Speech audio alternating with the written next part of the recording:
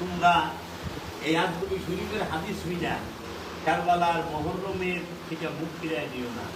আগের দিনে মহরম মাসে 10ই মহরমে প্রতিটা গ্রামে খুশিতে আল্লাহ এই দিন আসছে বসছেন, আমরা খুশি। আল্লাহ এই দিন আমাদেরকে প্রশ্ন জিজ্ঞাসা করছেন, আমরা খুশি। এই দিন 2500 নবীর জন্মদিন, আমরা খুশি। বাবা আদমের তওবা বলেছে, আমরা খুশি, এই জন্য রোজা। নূহ নবীর কিস্তি যদি পর্বতে ঢুকছে, আমরা খুশি, এর জন্য রোজা। ইদ্রিস নবী, শুআয়ব নবী, তারা বিপদ আপদ থেকে মুক্তি পাইছেন, এর জন্য রোজা। ইউসুফ নবী রাজত্ব ফিরা পাইছেন, এর জন্য রোজা। আমাদের ইব্রাহিম নবী আগুনের কুণ্ড থেকে ফেরত আইছেন, এর জন্য রোজা। ইউনূস নবী মাছের পেট থেকে ফেরত আইছেন, এর জন্য রোজা। আইয়ুব নবী কিরাত থেকে মুক্তি পাইছে, এর জন্য রোজা। মানে খুশিতে, এত খুশির ঘটনার জন্য রোজা রাখা। দেখছ কেমনি করে দিচ্ছে? মহরম মাসের 10 তারিখে রোজা রাখি। মহরম মাসের 10 তারিখে আল্লাহর রসুলের আওলাদ তারা তো রোজা রাখা পারে নাই। আল্লাহ রসুলের আওলাদরা রোজা রাখতে পারছে? আল্লাহ রসুলের আওলাদরা কি করছে? না খায়া থাকছে, না খায় উপবাস 3 দিনের উপবাস থাকছে। পিপাসিত 3 দিনের, ক্ষুধার্ত 3 দিনের। মায়ের শুকনা জবান সন্তান তৃষা খাইছে, বাবার শুকনা জবান সন্তান তৃষা খাইছে। তাবুতে পানি ছিল না, জিহ্বায় থুতু লালা ছিল না, পাচ্ছে কিন্তু তাদের পিপাসা মিটে নাই। এই 10ই মহরমের দিন আওলাদের রসুলের 6 মাসের শিশু বিনা পানিতে শহীদ হয়েছে। পানি পিপাসায় শহীদ হয়েছে, পানি পিপাসায় বুক ফাইটা গেছে, পানি পিপাসায় কাঁদছে, খাদ্যের জন্য কাঁদছে। রেজেকের মালিক বলে আল্লাহ, আর রেজেকের মালিক বলে আল্লাহ রেজেক বন্টনকারী মিকাইল ফেরেশতা। আর আল্লাহ রসুলকে ভালোবাসলে বলে রেজেকের উন্নতি হয়। কিন্তু হায় রে হতভাগা মানুষ, সেই আল্লাহ রসুলের আওলাদেরা রেজেকবিহীন, খাদ্যবিহীন, তারা সৎপথ কইরা শহীদ হয়েছে তার বাবা। আহা, 6 মাসের দুধের শিশু, সে পানি পায় নাই। সে কি অপরাধ করেছিল? পৃথিবীর কোন যুদ্ধে আছে যে 6 মাসের দুধের শিশুকে অবরুদ্ধ করে রাখতে হবে, পানিবিহীন রাখতে হবে? কি যন্ত্রণা দিচ্ছে? এটা কি তারা কোন ধর্মের জন্য মাওলা হুসাইনকে হত্যা করছে? কি প্রতিষ্ঠা করার জন্য এটি হত্যা করছে? 6 মাসের দুধের শিশুকে পানিবিহীন হত্যা করলে এটা জগতে কে আছে সহ্য করবে? মায়ের বুকের দুধ নাই, মায়ের জবানে পানি নাই, মায়ের জবানে থুতু নাই, পোষকের মধ্যে পানি নাই। 6 মাসের দুধের শিশু পানি ছাড়া 6 বছরের শিশু বাচ্চা মাওলা হুসাইনের মেয়ে মা সাকিনা, সে পানির অভাবে কে সে যিনি মাওলা মোহাম্মদের কুলে বসে, মাওলা মোহাম্মদের বিছানায় খেলে, মাওলা মোহাম্মদের ঘরে দৌড়ায়, মাওলা মোহাম্মদের দৃষ্টির মধ্যে থাকে মাওলা হুসাইনের মেয়ে, যিনি মাওলা হুসাইনের মুখ ছাড়া কখনো কোথাও হয় নাই।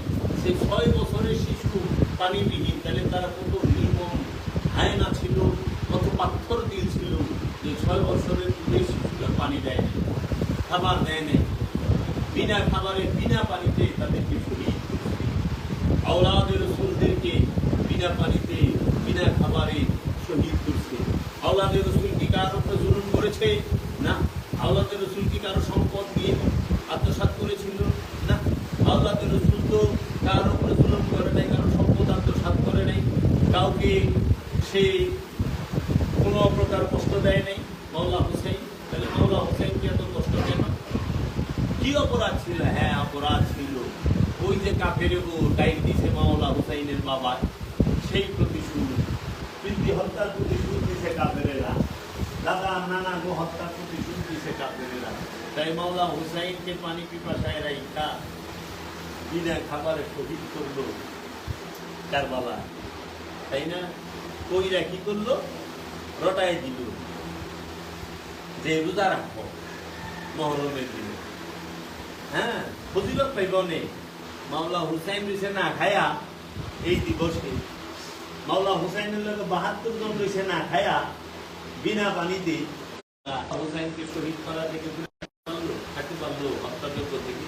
একজন দুইজনের শহীদ করছে। আবার অনেক মৌলবী কি কয় জানো, যে যুদ্ধে সব যায়, যুদ্ধে সব যায়, আওলাদের রসুলের কাটা যুদ্ধে যায়। হ্যাঁ, বেতন মৌলবী হ্যাঁ, প্রতিপক্ষই ছিল না। মৌলা হোসেন কি যুদ্ধ করতে গেছে? এই যুদ্ধ করতে গেলে কেউ 6 মাসের শিশুকে নিয়ে যায়, যুদ্ধ করতে গেলে কেউ 6 বছরের শিশুকে নিয়ে যায়, যুদ্ধ করতে গেলে কেউ মেয়েকে নিয়ে যায়, নিজে পুরুষের মেয়েকে।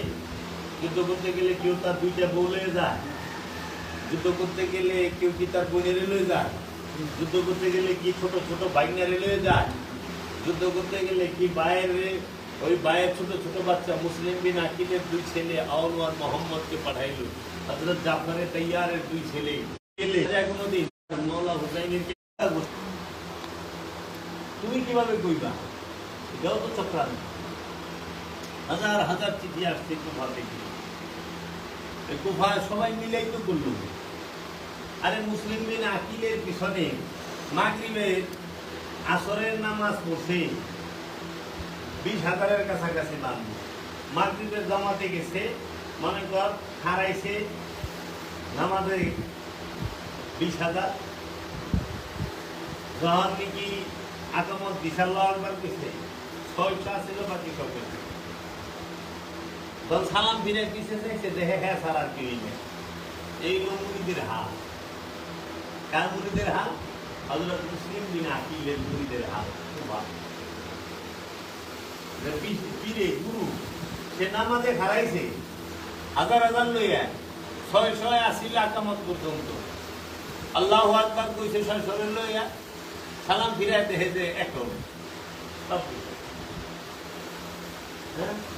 এরা মুরিদের বিপদ না, পীরে পুরাই বিপদ।